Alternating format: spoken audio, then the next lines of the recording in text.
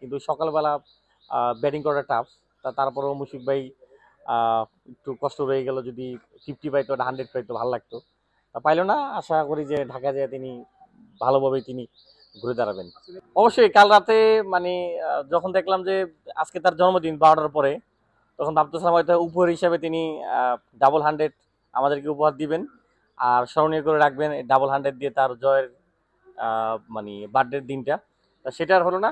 তারপরও ভালো যে বাংলাদেশ প্রায় 600 রানের কাছাকাছি করে ওদেরকে ডিক্লার দিল, 300 রানের একটা ডিক্লার দিল।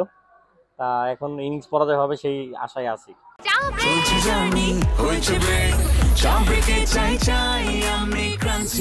যে কোনো চা ব্রেকে বিস ক্লাব ড্রাই কেক, চায়ের সাথে আয়েশ।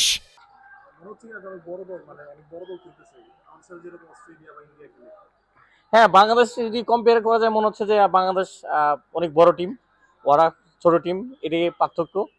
তা এই ইনিংসগুলো, এই পারফরমেন্সগুলো অস্ট্রেলিয়া, ইন্ডিয়া, ইংল্যান্ডের সাথে যদি দিতে পারে মানে এটা আসলে কিছু বলার নাই আর। ভালোই লাগে, তবে সেই সাথে উইকেটটা পাইলে আর ভালো লাগে। কারণ ওই বলের সাথে উইকেট পায় আরো ভালো লাগে, কারণ শুধু বল যদি করতে থাকে উইকেট যদি না পায় তাহলে তো লাভ হলো না কোনো।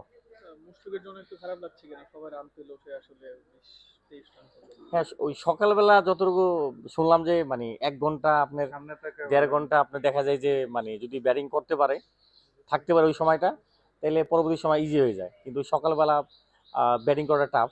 তারপরেও মুশফিক ভাই একটু কষ্ট রয়ে গেল, যদি 50 পাইতো, 100 পাইতো ভালো লাগতো।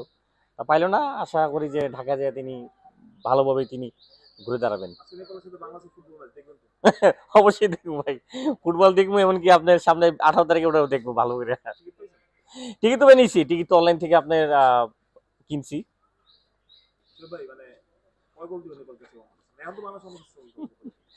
নেপালকে মনে হয় আজকে 3-1 হইতে পারে, 3-1, 4-1 এরকম হইব।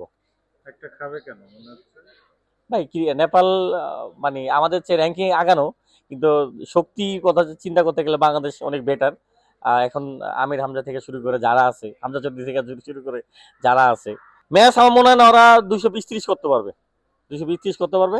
ইনিংস পরাজয় হইব, সেই সাথে আপনার আরো 60-70 রানের মানে পরাজয় হইব। দুপুরের বাসের টিকিট কাটছেন মানে টিকিট তো কাটি নেই, তবে মানে শেষ হলে তাড়াতাড়ি চলে যাবো ঢাকা ভাই।